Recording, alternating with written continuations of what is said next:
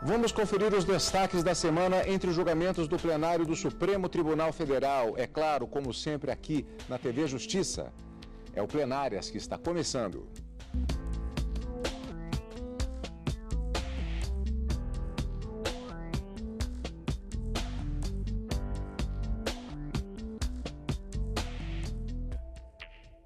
Hoje com os principais momentos das sessões dos dias 22 e 23 de novembro de 2017, caíram respectivamente quarta e quinta-feira, sessões que foram marcadas pela continuidade de julgamentos importantes que já estavam em pleno debate, em pleno andamento no plenário do Supremo Tribunal Federal. Não houve conclusões, mas também podemos dizer que foram julgamentos marcados nas sessões de quarta e quinta-feira por votos didáticos e esclarecedores de diversos aspectos relacionados aos temas, repito, importantes julgados nesta semana. Dois grandes temas retornaram ao plenário do Supremo Tribunal Federal. Na quarta-feira, a discussão envolvendo a possibilidade de alteração no registro de nascimento, na certidão de nascimento, do gênero da pessoa que se reconhece como transexual e a possibilidade de fazer essa alteração independentemente de se fazer a cirurgia de transgenitalização, ou seja, de mudança de sexo. Essa foi a discussão que dominou a sessão plenária de toda a quarta-feira e que foi retomado com o voto vista do ministro Dias Toffoli. Mas esse julgamento ainda não foi concluído porque o ministro Marco Aurélio pediu vista.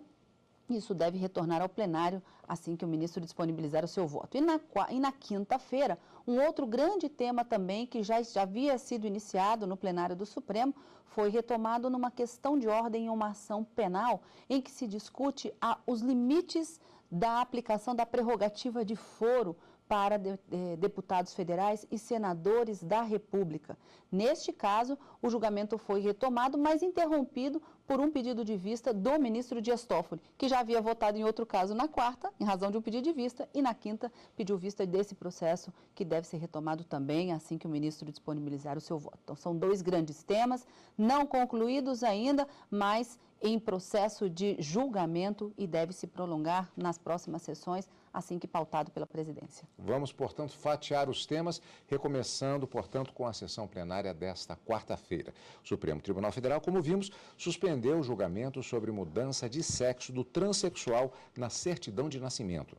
O julgamento foi suspenso por um pedido de vista do ministro Marco Aurélio. Primeiro a votar, o relator do caso, o ministro Dias Toffoli, ressaltou que não autorizar a mudança do gênero do transexual no registro civil, mesmo sem a realização de cirurgia de mudança de sexo, vai deixar a pessoa sujeita a constrangimentos. O afastamento da regra da imutabilidade do nome, desde que por exceção e motivadamente, como previsto no artigo 57, completado pelo que dispõe o 58, sob a óptica constitucional, se aplica aos transexuais, justificando a alteração dos nomes para a adequação dos registros aos apelidos públicos notórios ou que venham a ter o reconhecimento judicial, visto que, a toda evidência, diante da situação fática posta no dia a dia das pessoas transexuais, ficará evidente sua exposição a eventual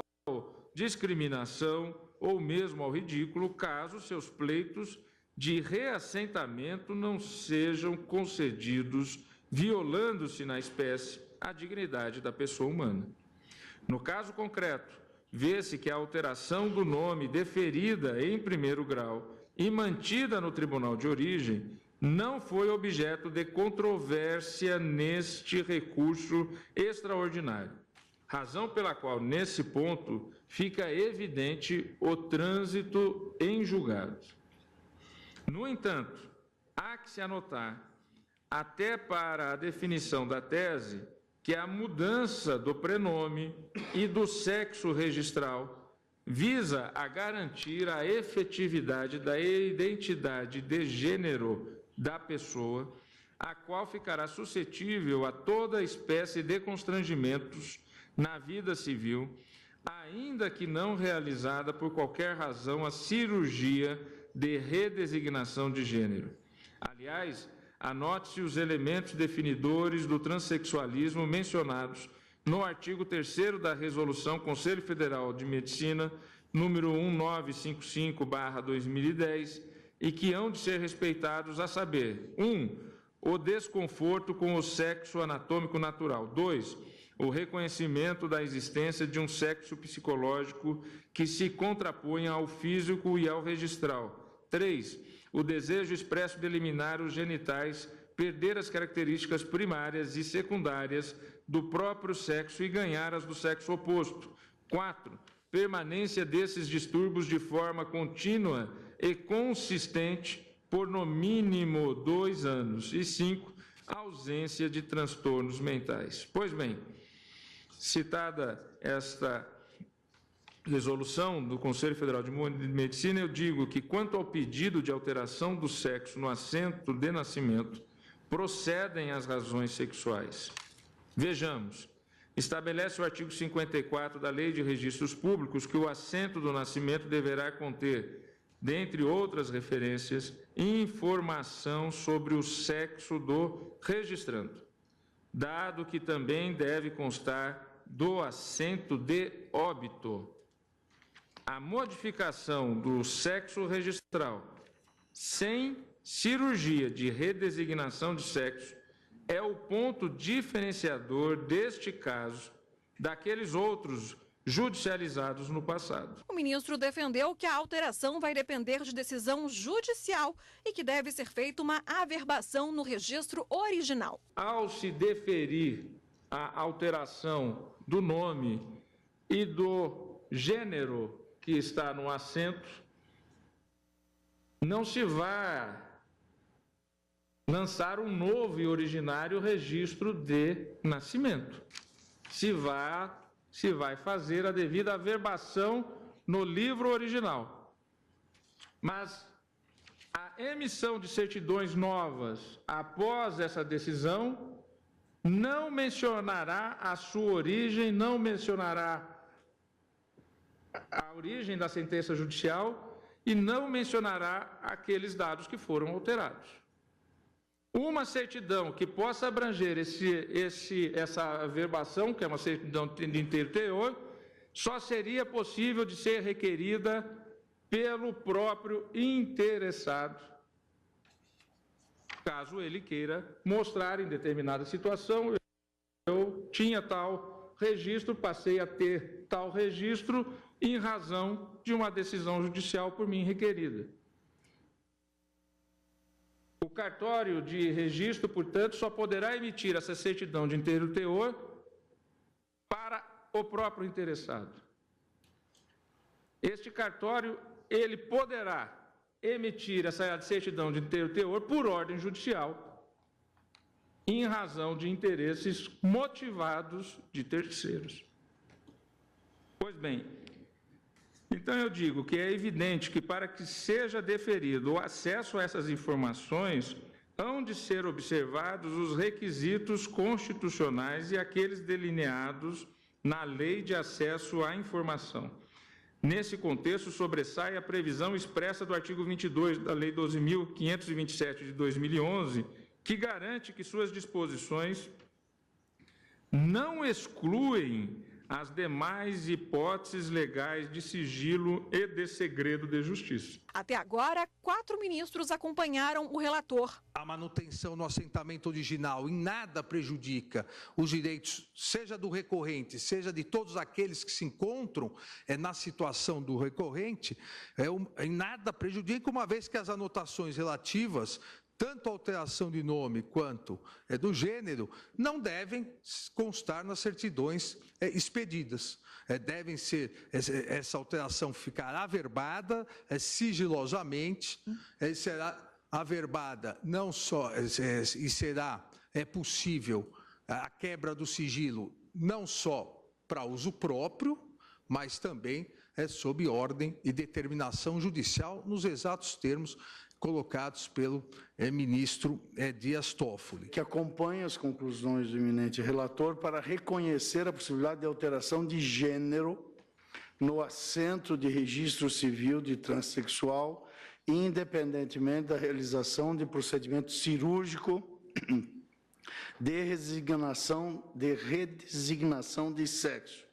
Esta solução, em meu modo de ver, ela passa pela compreensão da filtragem constitucional da dignidade humana, que é um princípio normativo vinculante, e também pela cláusula material de abertura, que está no parágrafo 2º do artigo 5º da Constituição, a qual, aliás, foi trazida à colação pelo eminente ministro relator, ao citar os princípios de hoje a carta. Para o ministro Luiz Roberto Barroso, o transexual deve poder optar livremente pela cirurgia. Eu estou dando provimento ao recurso extraordinário para a reforma do acórdão recorrido e consequente determinação da exclusão do designativo transexual no registro civil.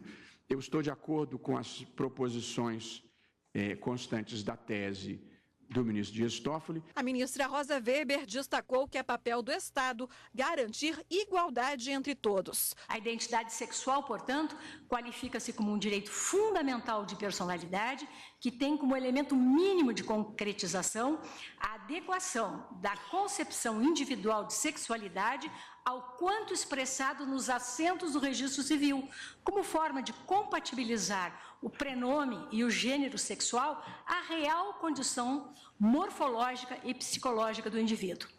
A identidade de gênero está conectada com a forma como o indivíduo se manifesta e se reconhece, de modo que não tem correspondência necessária e consequente com a expectativa social do sexo biológico. O julgamento continua, portanto, e você vai acompanhar aqui na TV Justiça.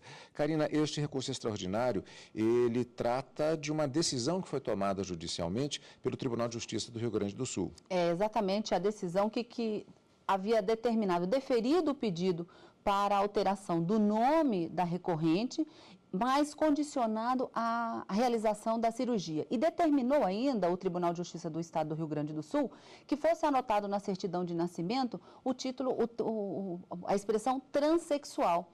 Os ministros até agora, os que já votaram e acompanhando o ministro Dias Toffoli, que é o relator desse recurso extraordinário, entenderam que não deve ser lançado o nome, a expressão transexual, mas sim o gênero, se era feminino passa a ser masculino ou masculino passa a ser feminino, a depender de como a pessoa se vê socialmente falando, dentro da sua identidade de gênero, mas que somente por decisão judicial isso é possível. E nesse sentido, já que esse é o caso concreto que é trazido para a discussão desse tema, os ministros acabam dando, esses que já votaram, o julgamento ainda não terminou, é importante que a gente frise, os que já votaram dão provimento a esse recurso extraordinário para modificar a decisão do Rio Grande do Sul. Não está condicionado, portanto, a alteração feita por cirurgia, é possível se alterar o nome e inclusive o gênero, de masculino para feminino ou vice-versa, mas com as observações feitas no voto do ministro Dias Toffoli, relator, que está ganhando adeptos a cada vez mais. Então, os ministros que já votaram, acompanhando o ministro Dias Toffoli, entenderam até agora que essa mudança pode ser feita, mas desde que seja por ordem judicial e que não representa de forma alguma uma retificação do assento de nascimento, uma correção. Não existe nenhum erro na certidão de nascimento, mas o que vai acontecer é uma averbação ao lado desse registro de nascimento original que deve permanecer em sigilo. Então, esses foram os termos do voto do relator, ministro Dias Toffoli, mais 4 ministros já votaram com ele, mas o julgamento foi suspenso, como a gente disse no início, em razão de um pedido de vista do ministro Marco Aurélio. Vamos aguardar o resultado final desse recurso. Aliás, o ministro Marco Aurélio, que é relator de uma ação que estava em julgamento conjunto, uma ação direta de inconstitucionalidade sobre tema semelhante, mas que naquele dia não havia o quórum previsto para a possibilidade de julgamento de questão constitucional e nesse voto vista pode ser, né, apenas uma hipótese, que seja apresentado, inclusive com a apresentação do posicionamento também já nesta ação direta de inconstitucionalidade. O tema é o mesmo, o tema é importante e será julgado no plenário do Supremo e você vai acompanhar aqui na TV Justiça. E daqui a pouquinho nós vamos rever como foi a sessão plenária desta quinta-feira. Um destaque da sessão, o principal julgamento, o julgamento que aconteceu, marcou aquela sessão, foi justamente o julgamento sobre os limites do chamado foro por prerrogativa de função. E é o que você vai ver daqui a pouquinho, depois do intervalo.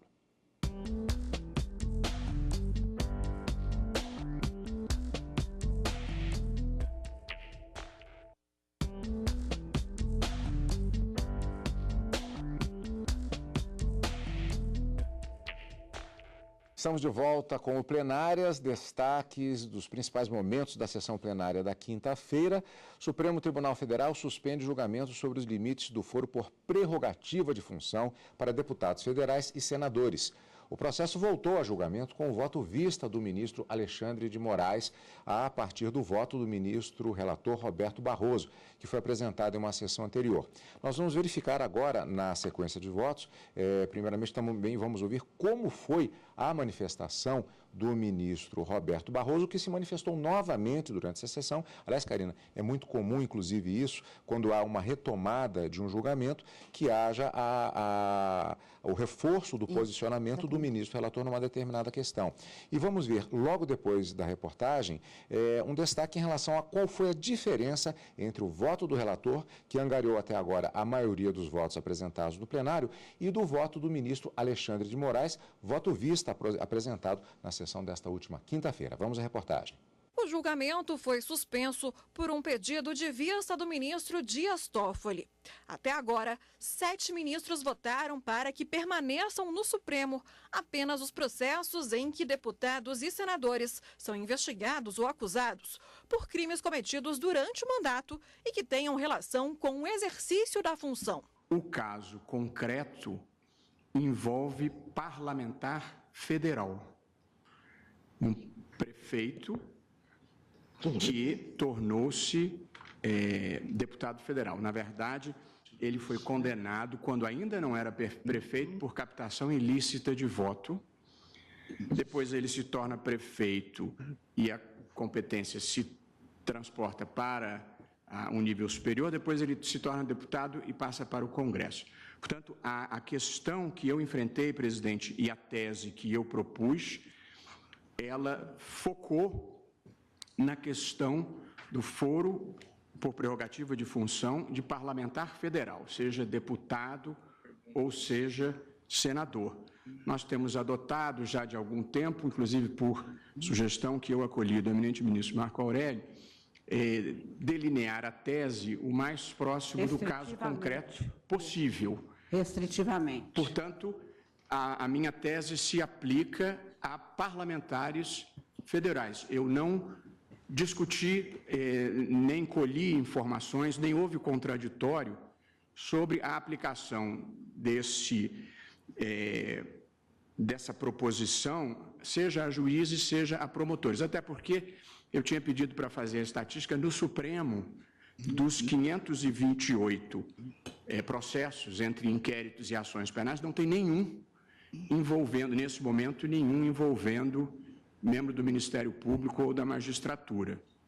E mesmo no STJ, é uma quantia, lá existem 15, mas pouco expressiva em relação ao total. De modo que, respondendo objetivamente à pergunta do ministro Alexandre de Moraes, a tese que eu proponho é uma tese ligada ao caso específico e que pretende restringir o sentido e alcance do foro privilegiado para parlamentares federais. Acompanho integralmente o ministro relator em ambas as teses, por compreender que a regra de competência para crimes comuns, prevista na letra B, inciso 1º, artigo 102 da Constituição, só se aplica para os crimes praticados por congressistas, parlamentares, como aliás explicou o eminente relator na extensão do seu voto, desde que condigam com o exercício da função, o que afasta, por consequência lógica, sua aplicação a fatos anteriores à assunção do mandato. Quando o processo baixa, ele não anda. Então, esse argumento do meu mais velho prova demais, que é pior ainda. Porque se ele baixa e não anda, quando ele voltar já está prescrito. Então, é preciso, efetivamente, que ele tenha um juízo próprio e que o Supremo seja reservado apenas para os ilícitos praticados no cargo em razão dele. Tratando-se de determinados ocupantes de cargos públicos, inexiste, quanto a eles, situação de privilégio de caráter pessoal. Nós não estamos cuidando de um privilégio pessoal, mas, ao contrário, de uma prerrogativa de ordem funcional e de natureza constitucional. Trata-se, por isso mesmo, senhora presidente, de uma prerrogativa destinada a proteger, enquanto uma derrogação extraordinária dos postulados da igualdade e do juiz natural àquele que se acha que ainda se encontra no desempenho de determinado ofício público. For privilegiado é uma contradição nos termos, sim, porque privilegiar é discriminar, e a República não admite discriminação. O ministro Alexandre de Moraes divergiu parcialmente.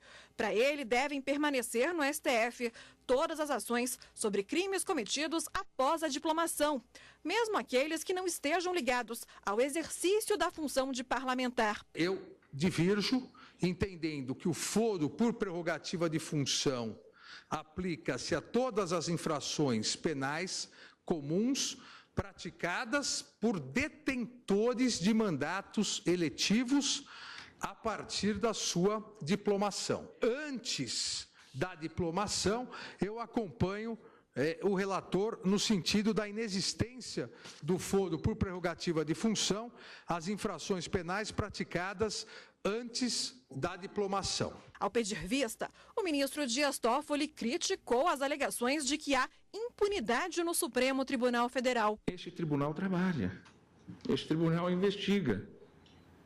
É uma lenda urbana dizer que há um número impossível de atuação. Não são 9 ações penais, 8 hoje no meu gabinete, 8 ações penais. Várias delas já julgadas, várias delas já com voto pronto para julgamento e liberadas para pauta.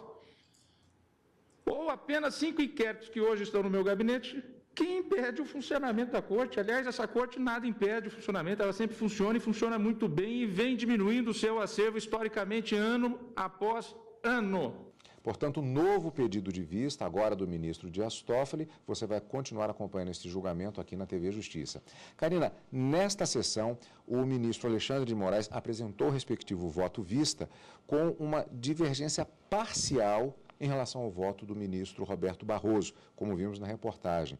Eu gostaria de perguntar a respeito dessa diferença e também uma curiosidade. O ministro Marco Aurélio, no início do julgamento, ele utilizou uma expressão elevador processual atribuída ao caso. Do que é que se trata? Vamos começar pelo elevador, então. O ministro Marco Aurélio deu essa denominação para o sobe e desce dos processos quando se tratar de matéria criminal e envolvendo determinadas autoridades que o próprio legislador constituinte quis garantir um julgamento por um tribunal diferenciado, justamente para garantir uma imparcialidade nesse julgamento, são as chamadas prerrogativas de foro em razão da função exercida. Então, o prefeito, ele não será julgado pelo juiz de primeira instância, mas sim pelo Tribunal de Justiça na segunda instância. Os governadores dos estados e do DF serão processados e julgados quando a matéria for criminal, frise-se, quando for uma ação penal, uma investigação criminal, pelo Superior Tribunal de Justiça, deputados federais, senadores da República são julgados aqui pelo Supremo Tribunal Federal, que a gente chama são os juízes naturais de determinadas autoridades, assim definidos pela Constituição. E aí, no caso concreto, daí o nome chama elevador processual pelo ministro Marco Aurélio, a pessoa, o recorrente aqui, no caso, ele, na verdade, o demandante, né, porque que é uma questão de ordem na ação penal que pretende condená-lo. Mas ele era candidato à prefeitura de um município no Rio de Janeiro, mas teria sido condenado na primeira instância por corrupção eleitoral, compra de votos. Logo depois, ele se tornaria deputado federal e aquela ação penal que já havia sido iniciada na primeira instância sobe para o Supremo porque o juiz natural para processar e julgar criminalmente deputados federais é o Supremo. Então, sai lá da primeira instância e sobe para o Supremo Tribunal Federal.